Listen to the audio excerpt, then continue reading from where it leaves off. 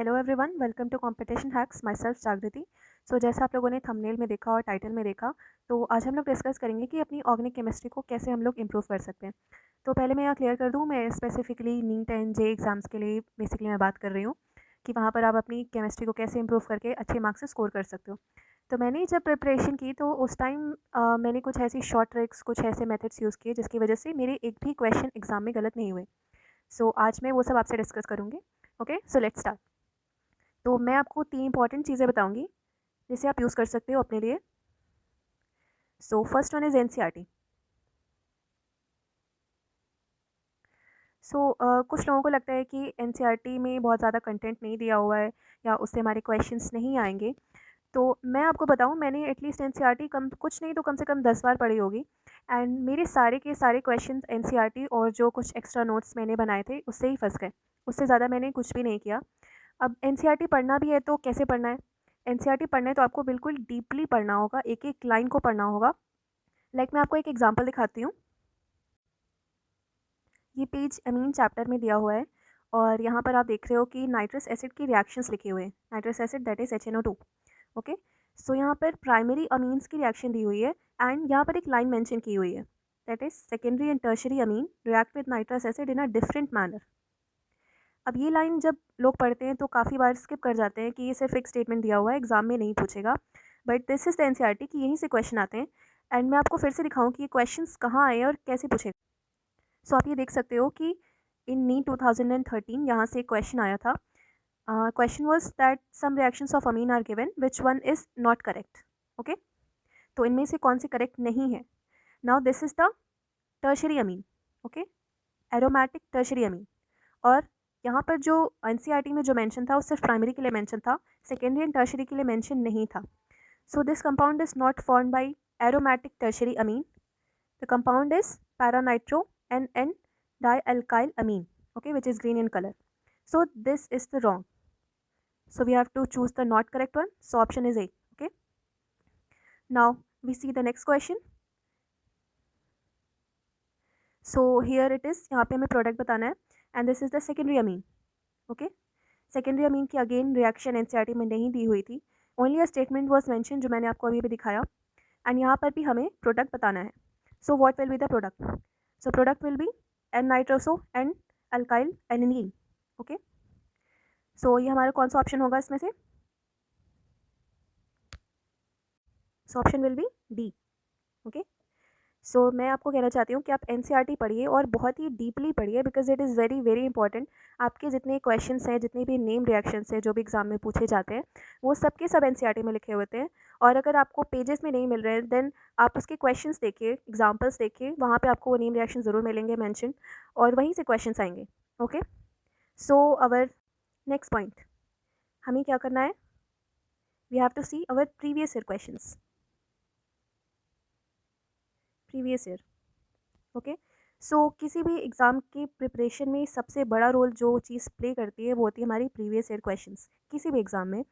सो आप बेसिकली क्या करिए, आप एमटीजी की बुक लीजिए और उसमें जितने भी क्वेश्चंस हैं आप उसे देखिए, एनालाइज करिए कि वो एनसीईआरटी के किस पोर्शन से पूछे गए हैं और किस तरीके से पूछे गए हैं। उसी के हिसाब से आप अपनी एनसीईआरटी प्रिपेयर करिए। ओके, सो थर्ड थिंग और मेजर थिंग जो मैंने यूज़ की और जिसने बहुत ज़्यादा फ़ायदा किया वो थी chart method. Chart method. So मैं आपको दिखाती हूँ कि मैंने कैसे कैसे चार्ट्स बनाए थे। So this is my first chart and second chart, this is first one and this is second one.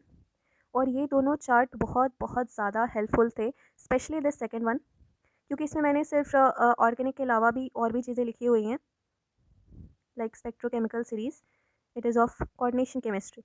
Okay, so मैंने अपने फर्स्ट चार्ट में plus I effect, minus I effect, और plus R, minus R, plus H, minus H, और हमें कैसे उसे किसी भी कंपाउंड पर या किसी भी क्वेश्चन में उसे यूज़ करना है वो मैंने लिखा था, जो कि बहुत ज़्यादा इंपॉर्टेंट था। This is the part of GOC part first. GOC में आपको सबसे ज़्यादा ये चीज़ें पढ़नी होती हैं and it is the base actually of the organic chemistry. अगर आपको ये नहीं याद है, ये ऑर्डर नहीं याद है, तो आप केमिस्ट्री अच्छी नहीं कर सकते, organic chemistry. Okay, so second chart में मैंने क्या किया था, प्रायोरिटी ऑफ फंक्शनल ग्रुप्स लिखा था, जो कि बहुत ज़रूरी है। जब आप नॉमेनक्लेचर पढ़ते हो तो उसमें इसकी बहुत ज़रूरत पड़ती है। ओके, इसके बाद जो मैंने लिखा था वो था एसिड्स का order, and this is written in the carboxylic acid chapter. और वहाँ पर लोग इसे स्किप कर देते हैं बिकॉज़ ये बहुत बड़ा है और याद करने में मुश्किल होती है, बट मैंने इसे लिखा था और ये बहुत बहुत ज़रूरी है, क्योंकि ये आपको डायरेक्ट नहीं पूछेगा, ये आपको किसी क्वेश्चंस में पूछ देगा कि इनमें से ज़्यादा एसिडिक कौन है, लेस एसिडिक कौन है, मोर बेसिक कौन है। इस तरह से क्वेश्चंस इन पे बन सकते हैं। ओके, इसके बाद मैंने order of A and order of B लिखा था। And A and B are here the van der Waals constant, और ये एक्चुअली में गैसेस स्टेट चैप्टर के ऑर्डर्स हैं। और इससे एक बार क्वेश्चन आया था, I think in 2018 NEET, I don't remember actually, but इससे क्वेश्चन आ चुका है, सो मैंने कोई भी रिस्क नहीं लिया था और मैंने लिखा था। Then spectrochemical series, I told you ये कोऑर्डिनेशन कंपाउंड्स का है। Then order of leaving group tendency, it is very important, ये हमें एसिड रिएक्शंस में यूज़ करना होता है। Acid reactions that is substitution via nucleophile. Okay, तो वहाँ हमें देखना होगा कि कौन सा पहले लीव करेगा, उसके हिसाब से रिएक्शन कौन पहले देगा या कौन ज़्यादा अच्छी रिएक्शन देगा, इस पर डिपेंड करता है। Okay, then steric strength, it is also very important. Okay, so ये दोनों चार्ट्स बेसिक हैं और बहुत बहुत ज़रूरी हैं आपके बेस बनाने के लिए, आपके बेस को स्ट्रॉन्ग करने के लिए इन ऑर्गेनिक केमिस्ट्री। तो आपको तो ये याद ही होना चाहिए। एंड आई डोंट सजेस्ट कि आप मेरा देखा हुआ ही बनाओ, आप अपने से बनाओ, बिकॉज नोट्स हमेशा आपने खुद के बनाए हुए ही अच्छे होते हैं। आई एम जस्ट शोइंग कि आपको कैसे बनाना है और कैसे करना है इसे। ओके, सो मैं अपना नेक्स्ट चार्ट दिखाती हूँ आपको। सो ये है मेरा नेक्स्ट चार्ट, ये मैंने बनाया था oxidising agent and reducing agent में। एक्चुअली ये चार्ट कंप्लीट नहीं है, ये सिर्फ एक पार्ट है चार्ट का, और ये भी एक पार्ट है चार्ट का। ओके, सो मैंने इसमें किया क्या था, मैंने सबस्ट्रेट लिखा था, देन मैंने रिएजेंट्स लिखे थे, देन मैंने प्रोडक्ट लिखे, एंड देन रिमार्क, मतलब उसमें कोई स्पेशल क्वालिटी हो या कोई स्पेशल चीज़ जिसे मुझे याद रखनी है। ओके, यहाँ पर मैंने थोड़ा सा गड़बड़ लिख दिया था, नहीं नहीं नहीं, it was fine, it was fine. यहाँ मैंने रिएक्शन लिख दी थी और प्रोडक्ट नहीं, तो मैंने एक्चुअली जब चार्ट बनाया था थोड़ी गड़बड़ी कर दी थी इसमें, मतलब हेडिंग लिखने में, नॉट इन द रिएक्शंस।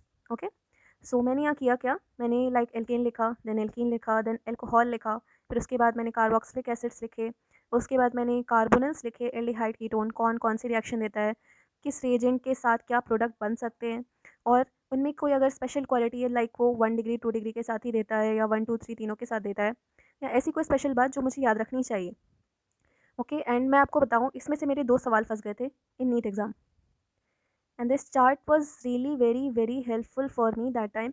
मैंने इस चार्ट को एटलीस्ट 5 से 6 बार पढ़ा था, और मैंने एग्ज़ाम के 1.5 महीने पहले से बनाया था, बिकॉज मेरे पास ज़्यादा टाइम भी नहीं बचा था इसे करने के लिए।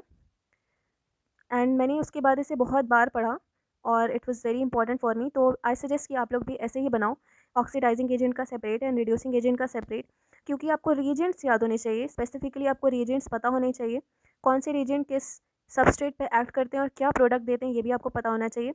आधी से ज़्यादा आपकी ऑर्गेनिक केमिस्ट्री ईजी हो जाएगी, बिकॉज ऑर्गेनिक केमिस्ट्री में आपको रीजेंट्स, प्रोडक्ट, सबस्ट्रेट, रिएक्शन, यही सब मिलेंगे। उसके बाद ओके, ये था मेरा सेकेंड चार्ट जो कि बहुत इंपॉर्टेंट था, बहुत हेल्पफुल था मेरे लिए। Now the third chart, this was my third chart that I finally made before exam, and this was also very helpful। तो मैंने इसमें क्या क्या लिखा था, मैंने पहले रिएक्शंस लिखी थी, लाइक एलिमिनेशन, यहाँ पे आपको सिर्फ एक पार्ट दिख रहा है। इसके बाद मैंने एलिमिनेशन के बाद electrophilic substitution, then nucleophilic substitution. Electrophilic substitution में भी कई पार्ट्स, मैंने कई रिएक्शंस लिखी थी। न्यूक्लियोफिलिक सब्स्टिट्यूशन में SN1 SN2 SN2AR SN2AC, मैं एवरीथिंग मैंने लिखा था इसमें, और ये चार्ट काफ़ी बड़ा था, बट मैंने इसे काफ़ी बार पढ़ा था तो मुझे सब कुछ याद हो गया था। एंड बेसिकली मैंने इसमें किया क्या था, मेरे पास जो नोट्स थे मैंने उनकी एक समरी बनाई थी। समरी दैट मीन्स एलिमिनेशन में 1 1 elimination, that is alpha elimination जिसे कहते हैं, देन बीटा एलिमिनेशन या 1 2 elimination, then gamma elimination, E1 E2 E1 CB, इस तरह की चीज़ें मैंने इसमें लिखी थी। ओके, सो ये बहुत ज़्यादा इंपॉर्टेंट था मेरे लिए, क्योंकि यहाँ पर मैंने अटैकिंग स्पीशीज़ और इंटरमीडिएट लिखे थे जो कि जनरली एग्जाम में पूछे जाते हैं। ओके, तो आपको अगर कोई नेम रिएक्शन जैसे पूछी गई, like Reimer Tiemann reaction is very famous for NEET, इसमें एटलीस्ट 3 से 4 बार ये पूछा जा चुका है।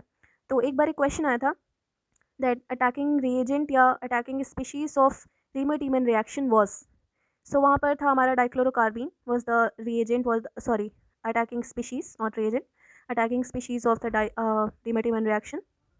तो इसी तरह से और भी नेम रिएक्शंस में अटैकिंग स्पीशीज़ और इंटरमीडिएट्स पूछे जाते हैं।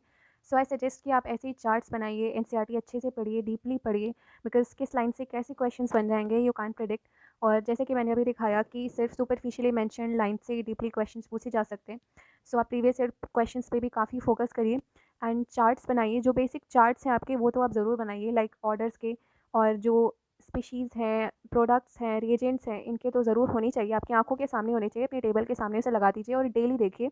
आप अगर डेली एक बार भी उस पे नज़र रखेंगे या नज़र डालेंगे, तो वो आपको वो याद हो जाएगा अप टू एग्ज़ाम। ओके?